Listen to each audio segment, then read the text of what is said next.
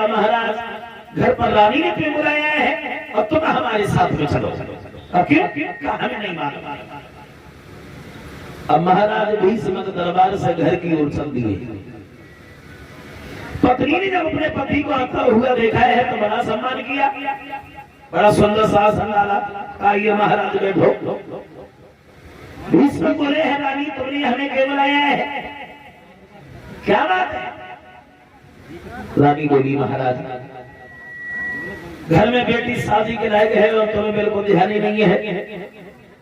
जितनी जल्दी हो सके उतनी जल्दी विवाह कर देना चाहिए और तुम्हें बिल्कुल ध्यान ही नहीं है। भीष्म बोले हैं रानी ये बात तो तुमने आज बहुत बढ़िया बताई। कोई बात नहीं, हम आज ही दरबार में जाएंगे और रुक्मिणी की शादी की बात आएगी।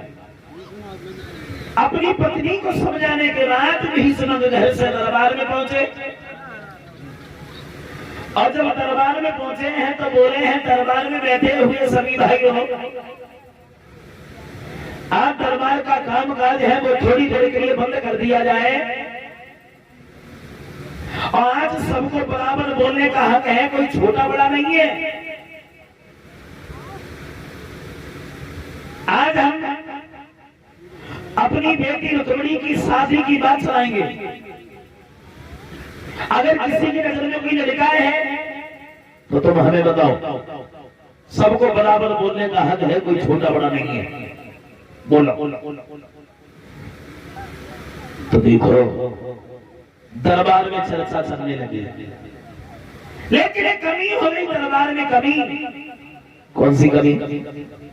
एक जब किसी का गुण बताता है तो दूसरा उसके अवगुण बताने के लिए खड़ा हो जाता है। एक खड़ा हो गया, बोला महाराज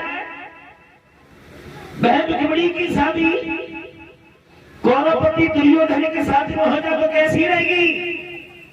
तब तक दूसरा खड़ा हो गया, बिल्कुल नहीं, घमंडी है दुर्योधन, सगे भाइयों का सगा नहीं होगा, तुम्हारा कहां से होगा?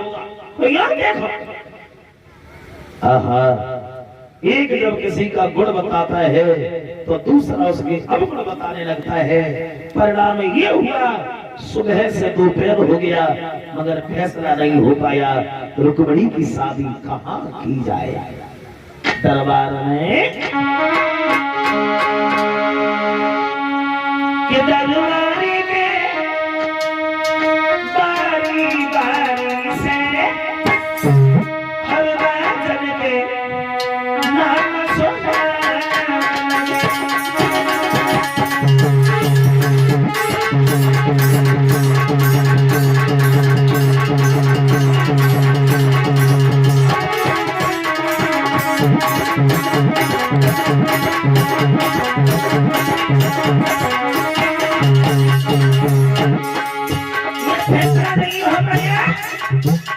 रुक्मिणी की शादी कहाँ तक की जाए? सुबह से दोपहर हो गया मगर फैसला नहीं हो पाया।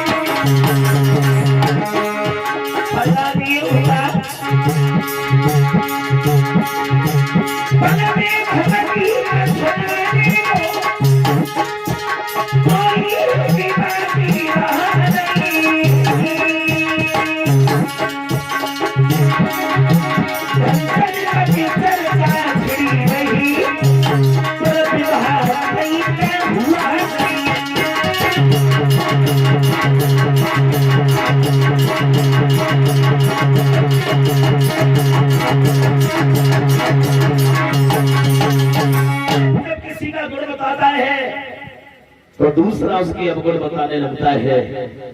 सुबह से दोपहर हो गया ये फैसला नहीं हो पाया कि रुक्मिणी की शादी कहां पे की जाए।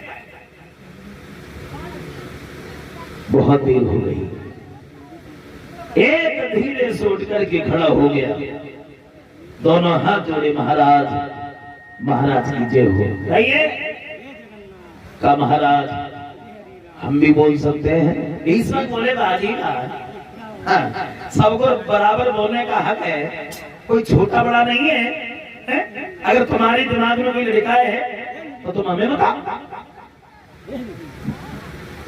बोला महाराज हमारे दिमाग में लड़का है।